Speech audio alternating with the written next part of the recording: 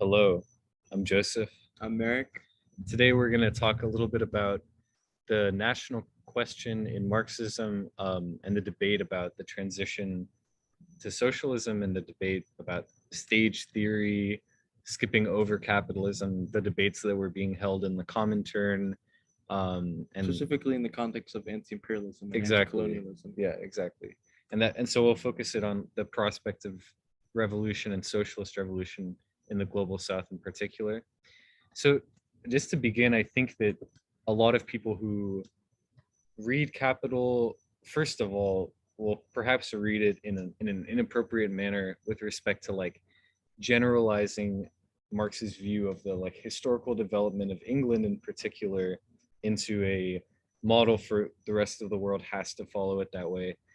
I've heard this from a lot of people who talk about, in particular like have this Western focus and say Western countries went through this path of development. You go through feudalism, then capitalism, and then socialism in this kind of stage approach. And they necessarily generalize that to countries in the global south and say, in order to prosper, go to socialism, you have to progress through capitalism like every other country in the world did. What's interesting to me about that is that Marx himself wrote in a letter to a Russian newspaper a little bit after Capital was published, basically telling them like it's a mistake to take my analysis of the development of capitalism in England and sketch it this like historical genesis of capital in England that he sketches and apply that to every single different country. And so he's actually very presciently rebuking them for trying to say Russia has to go through capitalism just like England did. What's interesting about that, and this is something that thinkers like Walter Rodney draw out really well, is to say that countries in the global south actually, in many cases, can't follow that exact same progression because, as we know, primitive accumulation that was able to accumulate capital for a country like England was necessarily derived from the process of colonialism. So to say that a country like China, for example, and this is something that thinkers like Minchi Lee have written about, can possibly redo colonialism, which is something that some on the left and some liberals actually do accuse China of, which is demonstrably false because it's simply historically impossible. Minchi Lee does a good job of showing that, colonialism conducted in the present era would probably destroy the planet if it was happening. But instead, what's true is that China is in a semi-peripheral state and itself is still having value extracted to the West. But that's obviously another conversation. It's more to just show that, like, for thinkers like Rodney, who wrote, he has an excellent collection of lectures on the Russian Revolution and the view of it from the third world, where he says that, you know, in his perspective, looking at Tanzania, which was his example that he was discussing socialism in at the time, there was a lot in comparison with Russia in 1917 and Tanzania in the 1970s in respect to like their feudal conditions, the overall class content of peasants as the majority, and the fact that capitalism as like England had experienced it was not achievable in Tanzania, hadn't occurred. And so for him, thinking about socialism in Tanzania was necessarily going to be a different historical path than England. What's interesting with this, and we wanted to do this to talk about some of Lenin's writings on the national and colonial question, and in particular his view as he discusses in the Third International in the Congress of the Comintern, I believe the second or the third.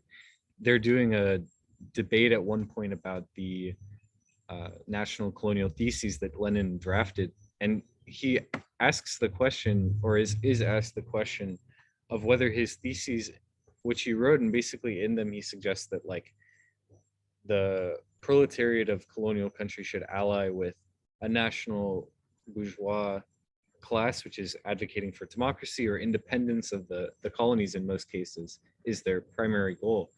And he says that with that respect, the immediate priority is the independence of the colonies rather than sort of trying to create socialism while still being colonized by a European power. But what's really fascinating is Lenin has this part where he's asked whether he believes that colonized countries should also have to go through a capitalist stage. And he says we reply in the negative to this question and insist that if the proletariat of these countries can use propaganda, the support of the Soviet governments, they can achieve socialism without having to repeat the tragedies of colonialism and capital accumulation like what was done in England. Of course, this debate comes up also in the Soviet Union, which itself was kind of in a feudal condition during its revolution. And that's why I think there's like Evgeny Preobrazhensky talk about primitive social accumulation, primitive socialist accumulation, and the debate about how to do capital accumulation, which is necessary for the country under socialism, without the need for colonialism, for example. And Stalin would kind of talk about this with respect to the collectivization process.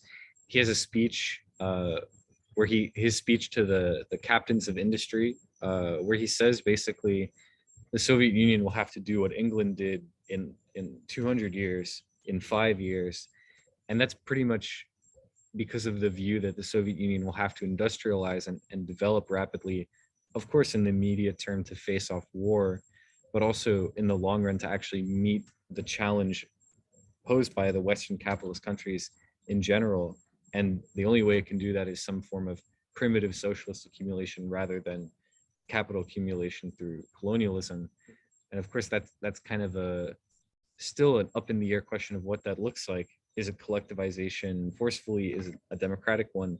But what's interesting, I think we can perhaps talk a little bit about with respect to China. Well, that's so interesting because I was about to say, I mean, talking about Lenin, Mao had a very interesting relationship with Lenin. You know, he would go back and forth on his support. I think he has like a quote that's like that Mao has a quote about Stalin that's like Stalin did 70% of things right and 30% of things wrong. And you know, the translation people kind of go back and forth on, but it's like a certain percentage. Mao, you know, was known for kind of, you know, trying to use percentages to, you know, quantify and, you know, understand situations.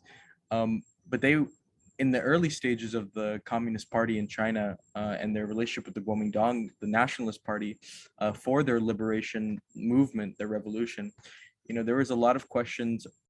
I mean, for one thing, the Chinese Communist Party was essentially a product of the of the Soviet Union and of the Comintern. You know, there were I forget his name, but there were special representatives from the Comintern who went to China to develop a communist party based on already existing communist thinkers and you know, more people who are on the side of liberation or who are inspired by Lenin's revolution. So, but they would go back because of this relationship. There was a lot of debate on the power of the Soviet Union versus the power of the Communist Party of China, the Chinese Communist Party. And they would talk about, you know, the relationship with the Kuomintang, and the Soviet Union was very adamant in saying that the Chinese Communist Party had to work with the Kuomintang. They were one of the most staunch supporters of this relationship, of this allyship. And in the end, I mean, eventually we would see in Chinese history that this relationship was not tenable after the deaths of Sun Yat-sen and the rise of Chiang Kai-shek. It was clear that the right wing of the Kuomintang, which was a kind of a big tent party, which had a lot of different organizations that were part of it, was not a proper environment for liberation of China. And even there were even thinkers who would talk about kind of the need to it was interestingly, you know, I was listening to the Mariátegui podcast where Mariátegui says the national bourgeoisie were, you know, incompetent. Like because they were, you know, imperialist dogs, because they were, you know, tools and susceptible to the ideas of like parasites. Parasites. They were European, you know, they were susceptible to the ideas of European bourgeoisie as well. They were incompetent to actually produce, you know, a productive society. And so some people would even go so far as to say, you know, like going through the national liberation without a socialist liberation first would, you know, push things back, you know, without a strong government, without a strong party system to, you know, run the country, this newly liberated country, you know, national bourgeoisie and another imperialist parasite type groups and classes would continue to underdevelop the country, and kind of goes back to your point on the periphery and things like that. I mean, it was another thing that they talked about in the Mariátegui podcast, where Mariátegui didn't have access to the ideas of dependency theory and world systems theory. And it's interesting that while Marx was what led to the development of dependency theory and world systems theory, it kind of goes back and reanalyzes what he talked about, and even what Lenin talked about, and what other communist thinkers, including Stalin, talked about, as we've understood more and more the relationship between newly independent countries and the imperial core. Well, what's really fascinating about, in particular, the relationship of the Communist Party in China and the Kuomintang is that in the national and colonial theses that Lenin presented to the Comintern, he basically says, like, they have a whole debate at one point about whether to use the phrase bourgeois democratic or national democratic. Lenin originally wrote it as bourgeois democratic, and he kind of like accepted the criticism and changed it to national democratic at a certain point. And I remember he says that, like, we should be very clear that the proletariat should never go into an alliance with the bourgeois democratic front.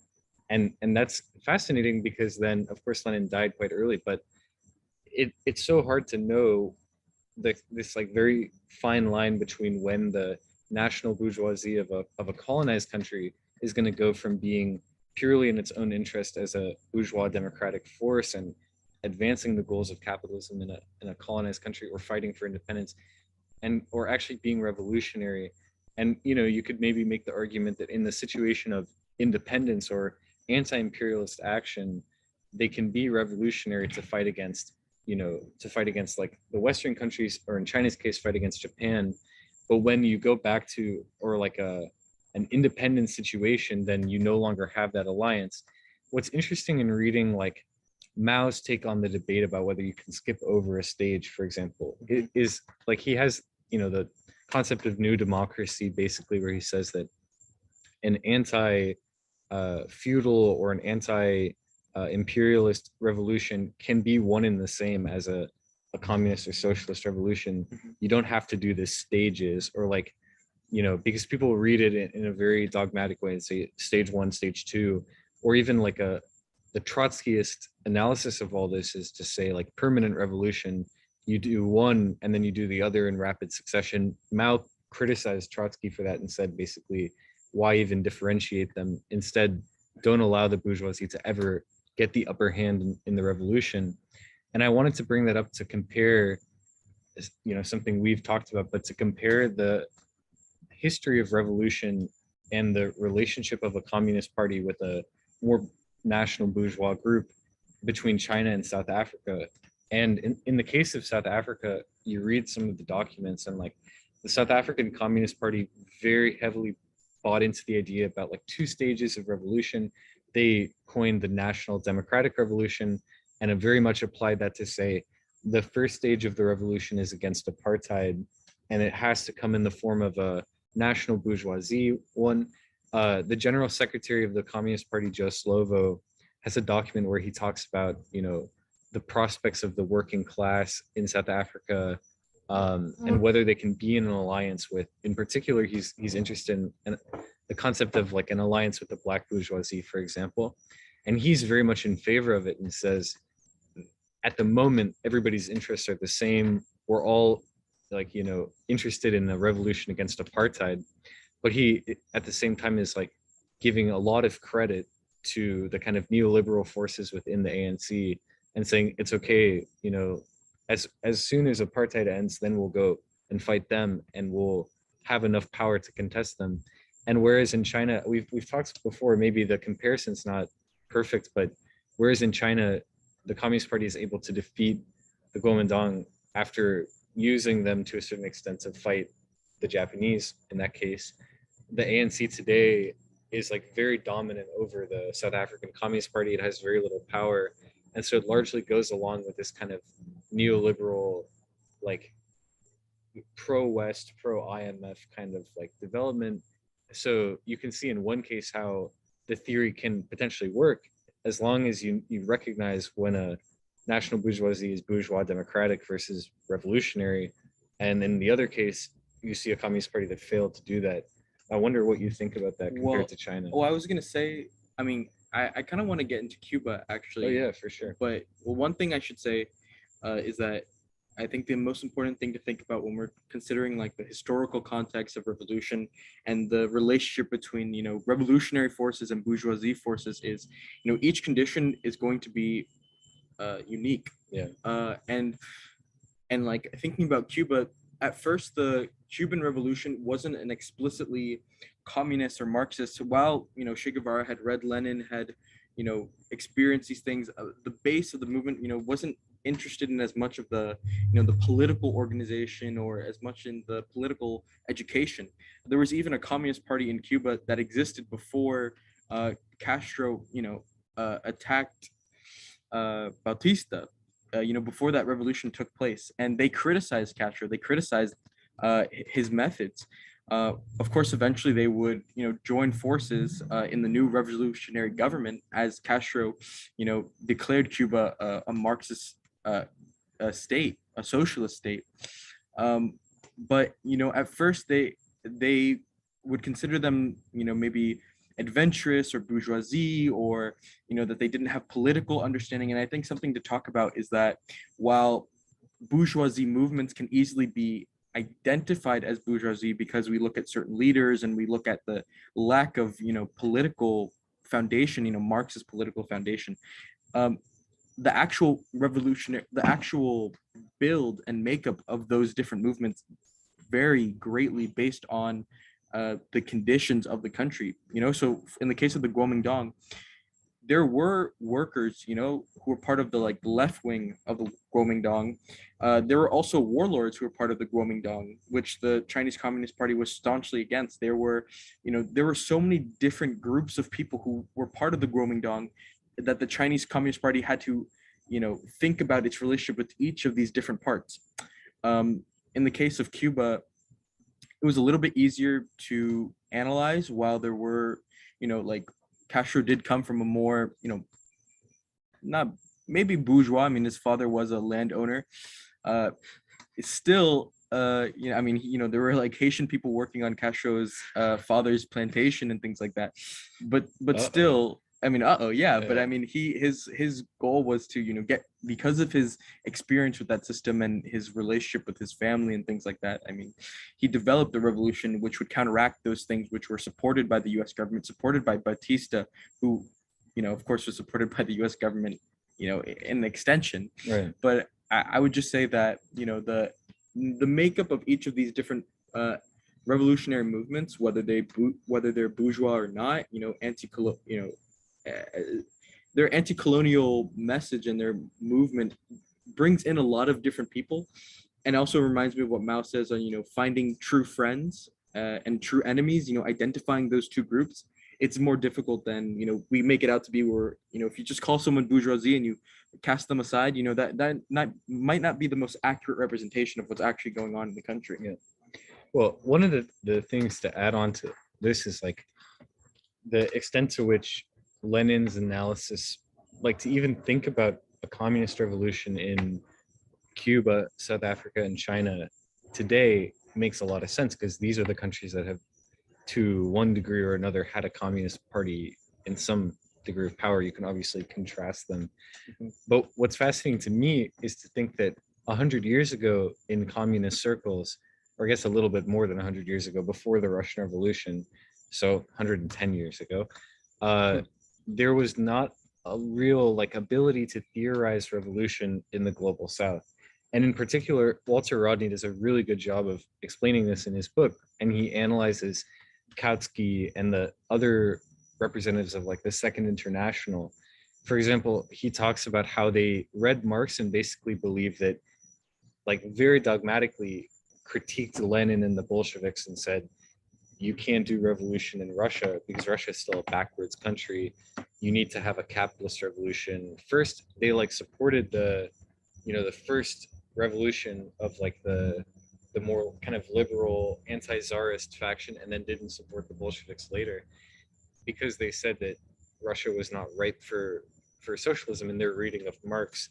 And what Rodney does a great job of showing is how this very rigid, dogmatic reading of Marxism that posits only revolution can occur in Western Europe first is very Eurocentric and denies the possibility of revolution in the global South, but primarily as well is like a very poor reading of Marx. And we mentioned at the jump the quote from Marx where he even Rodney uses that to say their critique is totally wrong because Marx himself did not want people to just say every country has to be like England, which we know is historically going to be impossible for every country to develop the way England has.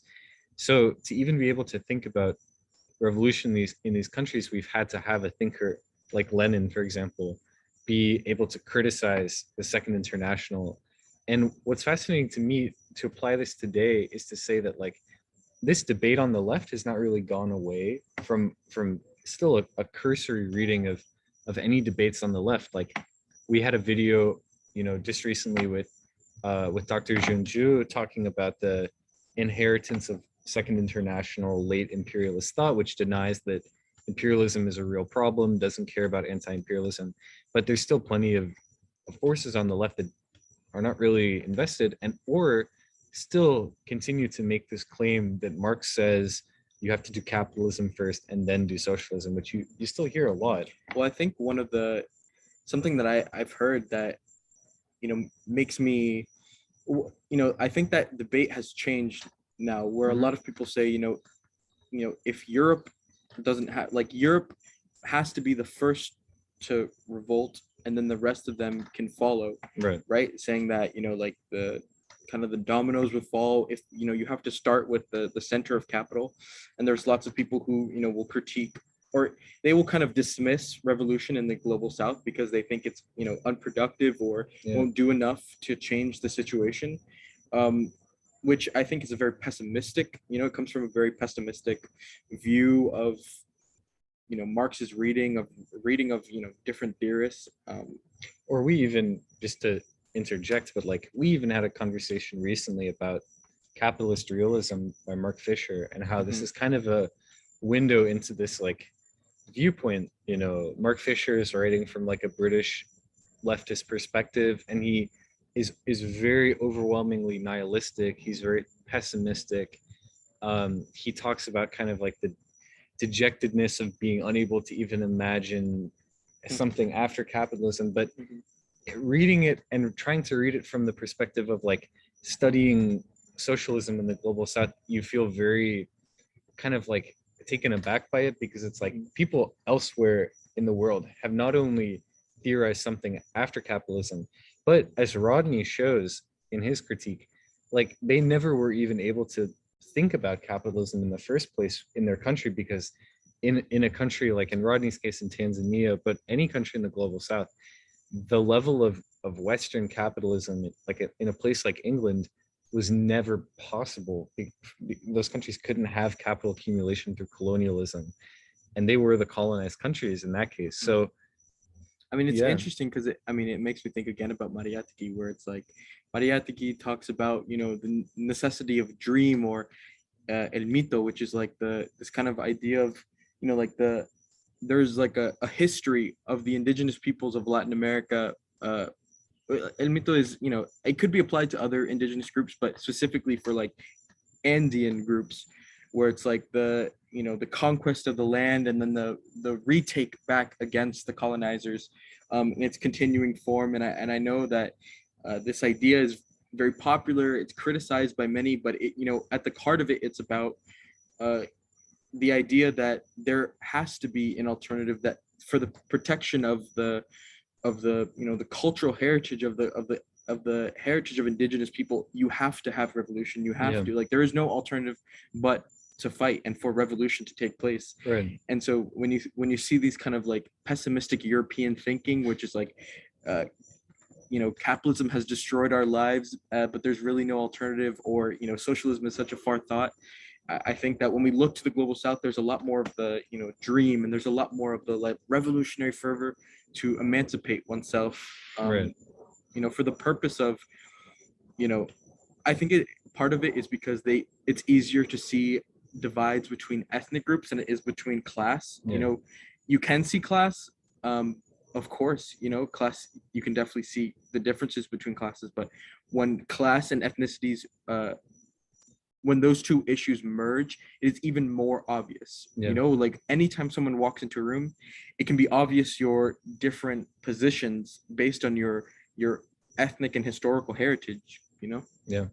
Well, something that strikes me as fascinating with that about still like it didn't really strike me until recently until we talked about it, upon first reading, because I think a lot of people's introduction to leftism nowadays comes through something rather cynical, like the Mark Fishers of the world, like this kind of approach that, you know, the most revolutionary thing you can even do is like suggest to someone that something different is possible. And I think that this is a very like lackluster analysis because, another thing that I related to often is to think about conversations that are, and you bring up the subject of like the necessity in particular for like indigenous people, colonized people of revolution, is to speak to the fact of generally like the awareness that people should have about the material relationship of imperialism and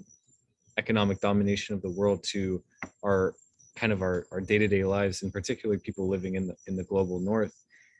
There's like the thinker Ulrich Brand wrote the book called Imperial Mode of Living, where he's making kind of a more environmentalist rather than like explicitly Marxist, but basically to say like people in the global north can enjoy kind of this like living standard and have become rather acclimated to it because of the super profits of exploitation and the super exploitation of people in the global south.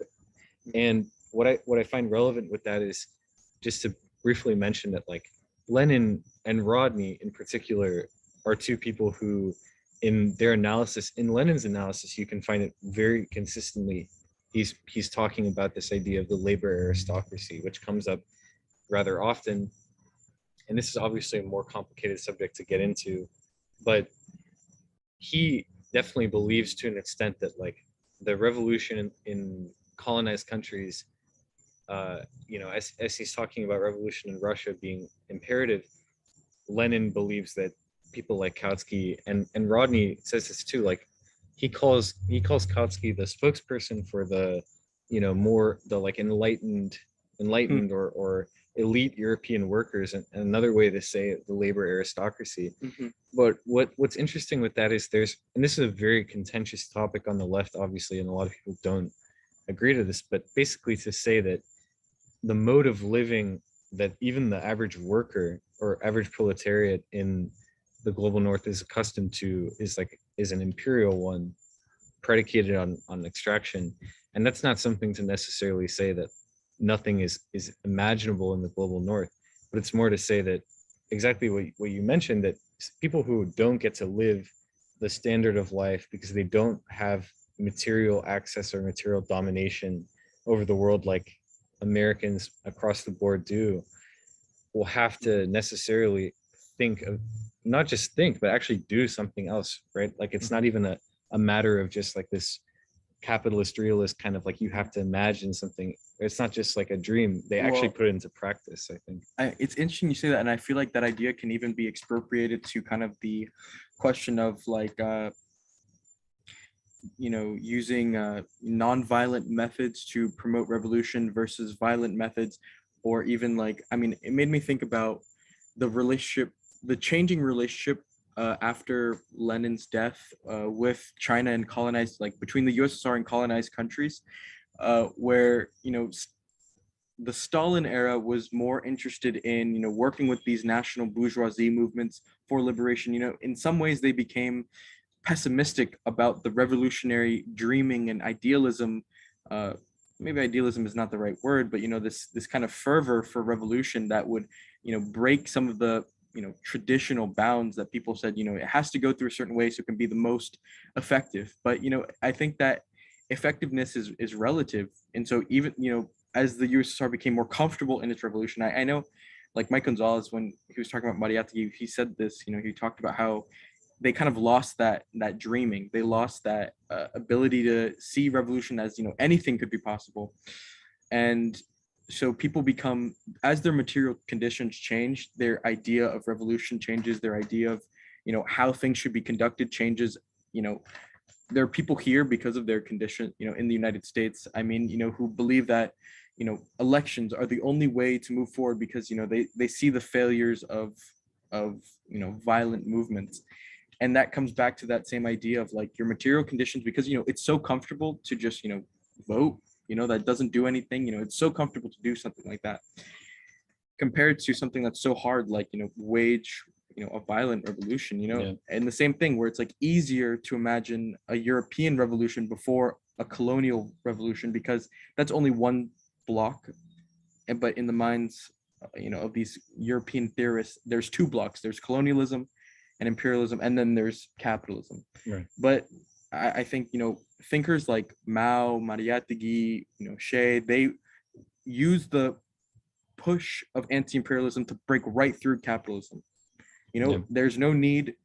It's really finding the elements, the material conditions which are pushing towards anti-capitalism, and the first one is anti-imperialism. So if you can ride that wave to crash through both walls, I mean, and finding your true allies and targeting your true enemies, I mean, that is like the revolutionary idealism. And of course, it's not always as successful as we want it to be, but ultimately, I think it's more powerful than this kind of like meek idea of like, oh, we have to have this one, and we're gonna fight against people who think that we don't.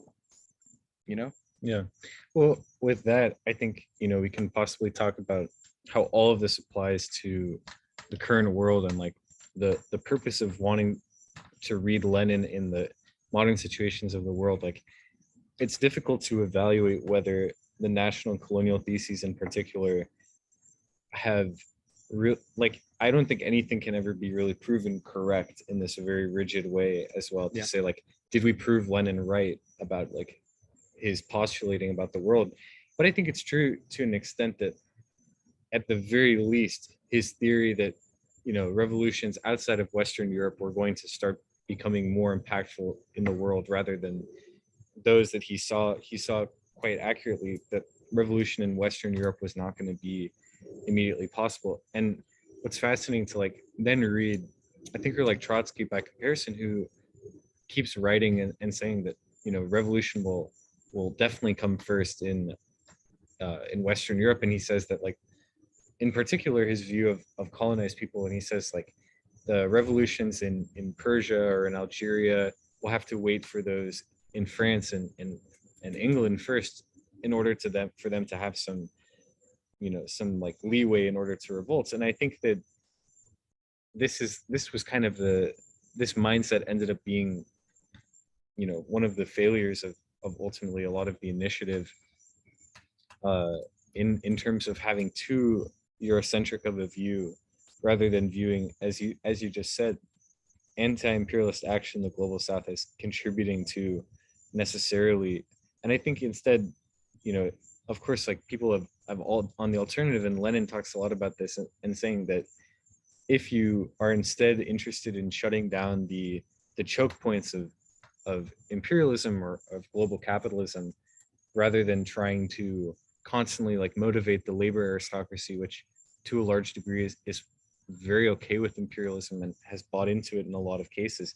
That's not to say there aren't revolutionary groups in the global north, like in particular migrant labor that a lot of countries rely on across borders and everything, but it's more, or like oppressed national minorities, for example, as well. But to say that the labor aristocracy could possibly be a revolutionary force in the global north, kind of, I think to a large extent has been proven false. If you can say anything is false, I mean, that's kind of difficult to really like make such a judgment because history is still, of course, being made. But that's all to say that like generally, whether you want to make that conclusion or not, what's fascinating is to say, as you were just talking about, that whatever is happening in the global north, and the prospects look very limited to a large extent. What Lenin, I think, has been able to kind of bear out in the current day, and where he's most uh, like has the greatest amount of foresight in his writing, is to say that the critique of Kautsky and the Second International is completely wrong, to say that a country like Russia will have to go through a capitalist stage first, and Lenin's analysis to say that similarly, colonized countries don't have to go through the stage; they can actually reach socialism before they get too deeply encumbered into capitalism. And what's more relevant with that to say is, in the present situation, and as you were mentioning, for example, with like indigenous people and the concern about the environment as like a very existential threat to the existence of humanity and any prospects for socialism, capitalism and imperialism, the way they've developed, have necessarily required massive resource extraction, devastation of the planet, and to try and repeat that for every single country on the planet will mean the world is ending. So in that sense, it's not like you just have to do this like only environmentalist critique and say socialism, we have to do it, but only to necessarily like save the environment. But it's to say that like for anybody, yeah, I mean that's like Well, that's I one way mean, of putting it, I I think guess. that it kind of goes back to the whole reason why we are, talking about this Yeah. is because, we wanted to write uh, a historical analysis on three different revolutionary movements, which included, anti-imperialism and communism hand in hand. Their how their movements and revolutions, discussed and maybe showed us some insight into the national question. I think that our historical, you know, an analyzation of China, South Africa, and Cuba, which have been our key areas of research for this specific area of writing that we want to write and present through Cadre Journal. Um, that's the whole reason why we're going through the history. Yeah. And we're going through different material contexts. Is because we can't have a definitive answer. We can't have a definitive uh, critique, I would say, because each condition will be different. But by looking back at history and looking at the success of Cuba, success of China, you know, Failure of South the Africa. failure of South Africa, I think getting rid of apartheid is A pretty very good. huge A good, success. good success, and at least the Communist Party is part of the government. Right. As much as I would love for it to have a greater part, I still think that anti-imperialism in any scenario is a success, but it's a question again of how far you can take anti-imperialism to take down capitalism is and like we've talked about throughout it. But Yeah. I think that we have to continue to look at, of course, not only these three countries and not only countries where communism has been a critical part of anti-imperialism. We have to look at other scenarios. But if we want to understand the future, if we want to have a modern analysis of what's going on, we have to look at the kind of the contexts in the past that have, Yeah. in our view, I think have been Yeah. successful. And I think we can kind of conclude and say actually that without anti-imperialism, communism is sort of meaningless. Like any communism in the future, really, this is to say that like any analysis of it in like any of its potentialities will have to be an anti-imperialist one. And that's to say that the hitherto analysis of communism that has lacked an anti-imperialist core and relies sort of on worker mobilization, particularly in the global north and in Europe, and constantly believes that Europe will be the place that communism begins. Like, even reading the Bolsheviks and like reading the early Soviets, like they believed Germany was the place where communism was going to start first in the world, not just because it's where Marx was from, but mainly because they believed capitalism was at its highest stage there. Similar with England, they believed that too. And to believe that England and Germany would become communist countries, like, Hey, I never think never forget East Germany. right. Well, yeah, I guess the DDR is a good example, but England, meanwhile, and similarly, the United States have shown very little potential for that, at Mhm. least in the communist form, to manifest. Well, I think that the kind of the difficulties of the DDR kind of show that, it's Yeah. like, even if you can, I mean, part of it, I mean, that in itself is entirely, Yeah. maybe that's a can of worms to open, because Right. there's that East-West divide pre-war, where like already the eastern part was like the lesser developed part of it. But maybe that's too far. But even I would say, Right. even if you have a communist movement in the middle of, you know, the imperial beast, that's not necessarily a domino effect for the rest of the world. Exactly. That's really the most important thing to say, is like, without necessarily liberating the rest of the world, or in a more Liberation has to be collective, right. Yeah. Or I would say, in fact, like, this view generally that European the European proletariat, or like Trotsky's view that they will liberate the colonies, like, they actually don't have a lot of incentive to do that in the present state of things if they're Mhm. benefiting from imperialism. So perhaps it's necessary to say, for the first thing, that this sort of uh, patronizing view about Europeans going and they have to go and liberate somebody else, like that first of all has to be kind of Yeah. dropped, and it has to be this insistence on people liberating themselves. But it's also to say that the kind of slack that a lot of communists have gotten throughout history, or like in the 20th century, of just being very Eurocentric and not really caring what happens anywhere else in the world, at a minimum that has to go, and there has to be more of a concerned, I think people generally don't have to limit their politics to any one thing.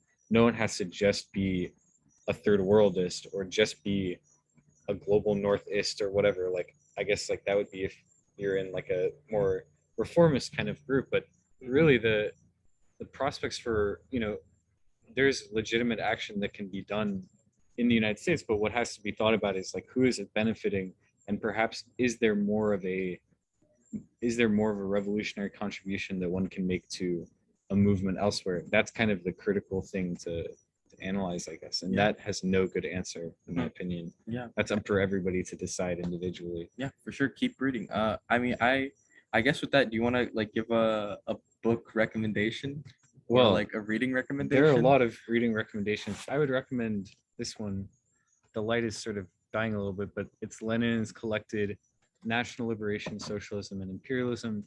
He talks about his different views on questions of national liberation, socialism, and imperialism, which is a great collection.